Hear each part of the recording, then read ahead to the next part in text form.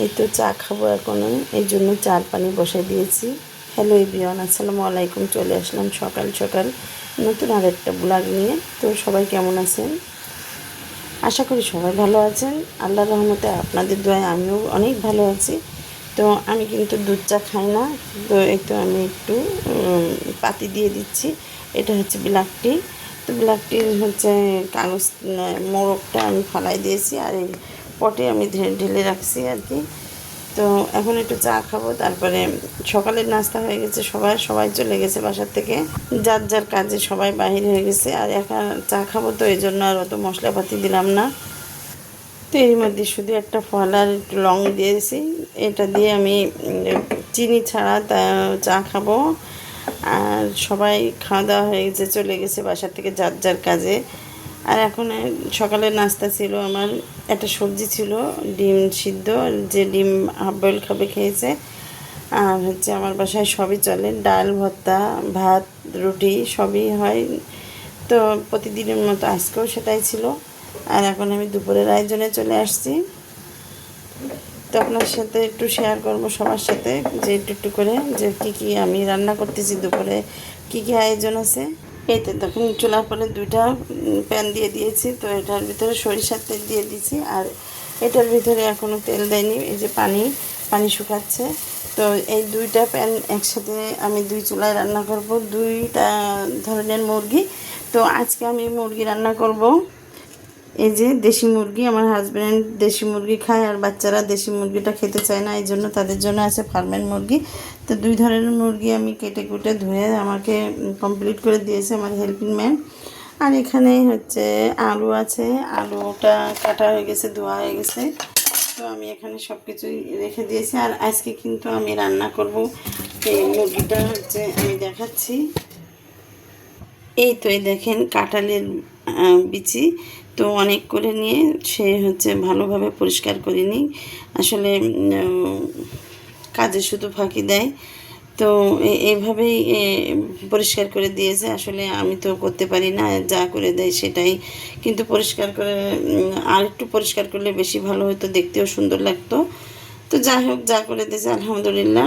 তো আমি রান্নার কাজে শুরু করতেছি। তো আপনারা আমার সাথে থাকবেন। তো এই তো আমার সোনালি মুরগিটা কষাই, তারপরে পানি দিয়ে দিয়েছি। এদিকে এই চুলায় এটা হতে লাগুক, আর অন্য চুলায় তো দেশি মুরগিটা মশলা কষাই, তারপরে পানি দিয়ে দিয়েছি। তো এবার আলু আর কাঁঠালের একটা দিয়ে দেবো, সিদ্ধ হইতে লাগুক। তো দুই চুলায় দিয়ে দিছি, আর ভাত দিয়ে দিয়েছি রাইস কুকারে। আর ভাতের সাথে কী বলে যে কাঁকরোল ভর্তা দিয়ে দিয়েছি। কাঁকরোল ভর্তা করব। ডাল রান্না হয়ে গেছে সকালবেলায়। এখন শুধু এই মাংসটা হলেই হয়ে যায়, মুরগির মাংসটা। এদিকে আমার মুরগি কষানো হয়ে গেছে, এখন এর ঝোলের পানি দেবো। তো দেখেন মুরগি একটু মাংস একটু ঝোল নাই, এখনও ঝোলের পানি দিব। এই মুরগিটাও হয়ে গেছে প্রায়, তো এটাও অল্প একটু পানি দেবো। যেহেতু ডাল আছে এই জন্য বেশি ঝোল রাখবো না, বাইরে তো অনেক মেঘ করেছে। তো এই তো এই মাংসটাই আমার ঝোলের পানি দেওয়া হয়ে গেছে। তো এখন ঢাকা দিয়ে দেবো।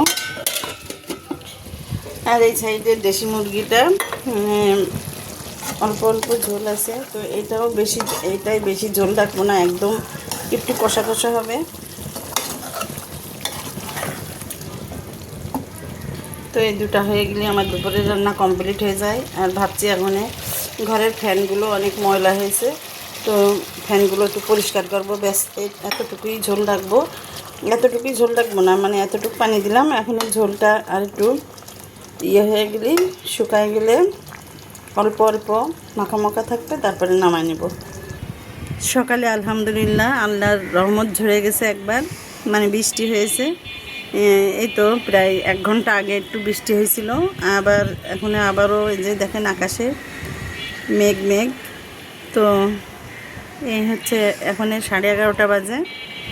আর বৃষ্টি হয়েছিল মনে হয় 9:30টার দিকে। 9:30টার দিকেই বৃষ্টি হয়েছিল। আর তারপরে একটু রোদ বেরোয়েছিল, তারপরে আবারও আবারও মেঘলা মেঘলা করতেছে, আবার একটু একটু সূর্যি মামা উঁকি দিচ্ছে, এরকম অবস্থা আর কি। এখন ফ্যান দুটো ফ্যান 4টা ফ্যান পরিষ্কার করব, আসলে ফ্যানগুলো ময়লা হয়েছে। আর এদিকে হচ্ছে মনে করেছিলাম যে গতকালকে কাপড় ধুয়েছি, আজকেও কিছুটা আছে, সেগুলো ভিজাই দিব। তো আসলে রোদ্দুরে শুকাবেন কিনা দরকার নেই, রোদ্দুরের সমস্যা নেই, ব্যালকনিতে নেড়ে দেবানে। তো দেখেন আমি তখন ধরে বলছি ফ্যান ময়লা হয়েছে, ফ্যান ময়লা হয়েছে। তো এই দেখো আমার ফ্যানগুলো ময়লা হয়েছে। তো আমি আরও আমার ডাইনিংয়ের ফ্যানও দেখাচ্ছি কেমন ময়লা হয়েছে। এই যে এইদিকে আর একটা রুমের ফ্যান, এটাও ময়লা হয়ে গেছে, অনেক ময়লা হয়ে গেছে। আসলে আমার হাতে ব্যথা আর মাজায় ব্যথা, এই জন্য আমি উপরে উঠতে পারি না। আমাদের সিঁড়ি আছে অবশ্য, কিন্তু এখন লোক পাইছি, ওর দিয়ে মুছাই নেব। এই যে আমার ডাইনিংয়ের ফ্যান, দেখেন সবগুলাই ময়লা হয়ে গেছে। তো আজকে সবগুলাই পরিষ্কার করব।